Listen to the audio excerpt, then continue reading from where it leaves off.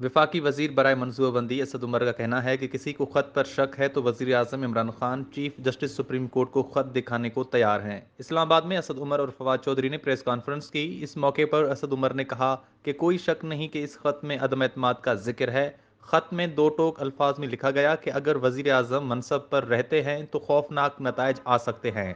उन्होंने मजीद कहा कि खत की तारीख अदम एतमाद पेश होने से पहले की है। बैरूनी हाथ और अदम एतमाद की तहरीक आपस में जुड़े हुए हैं। इस साजिश में पहला किरदार नवाज शरीफ का है। उनका यह भी कहना था कि पाकिस्तान डेमोक्रेटिक मूवमेंट की सीनियर क़यादत भी इस सारी साजिश से लाइल्म नहीं है। असद उमर ने कहा कि वज़ीर आज़म की धमकी वाले ख़त में क्या है, कुछ बातें बताएंगे। मरासले में बराह रास्त अदम एतमाद का जिक्र है। तहरीर में कोई इबाम नहीं, किसी चीज़ की बात की जा रही है। ये मरासला आला तरीन सिविल मिलिट्री क़यादत तक महदूद रखा गया है। वफाकी वज़ीर का कहना था कि मरासले में बराह रास्त पाकिस्तान की खारजा पॉलिसी का जिक्र हुआ। बैरूनी हाथ और अदम एतमाद की तहरीक आपस में मिले हुए हैं।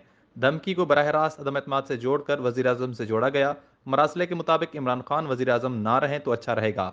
वज़ीर आज़म बराए मनसूबबंदी का यह भी कहना था कि अपोजिशन की तरफ से प्रिंसिपल करेक्टर नवाज शरीफ हैं। इसमें बराह रास्त नवाज शरीफ मुलविस हैं। नवाज शरीफ किस किस से मिलते रहे, पीडीएम की सीनियर लीडरशिप भी जानती है।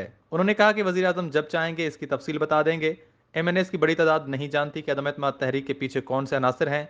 हकायक सामने आने के बाद तमाम जमातों के अराकीन असम्बली से मुतल्लिक सोचेंगे।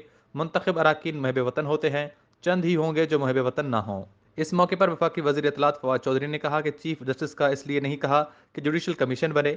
चीफ जस्टिस मुल्क के बड़े हैं, इसलिए उन्हें खत दिखाने की बात की। ये ऑफिशियल सीक्रेट एक्ट का मामला है, इसलिए चीफ जस्टिस को खत दिखाने की बात की। उन्होंने कहा कि खत अदम एतमाद की तहरीक से पहले आया है और इसमें अदम एतमाद का जिक्र है। इमरान खान इतने दिलेर हैं कि अवाम को साथ लेकर चलते हैं। पाकिस्तान में एक ऐसा लीडर है जो बाहर की कॉलें नहीं लेता। सियासी जमात की हैसियत से हमारा काम अवाम के सामने हक और सच रखना है। वज़ीर इत्तलात ने कहा कि फैसला पाकिस्तान के अवाम ने करना है। पाकिस्तान की तारीख में कोई पहली बार ये नहीं हुआ। लियाकत अली खान को शहीद किया गया, भुट्टो को फांसी दी गई।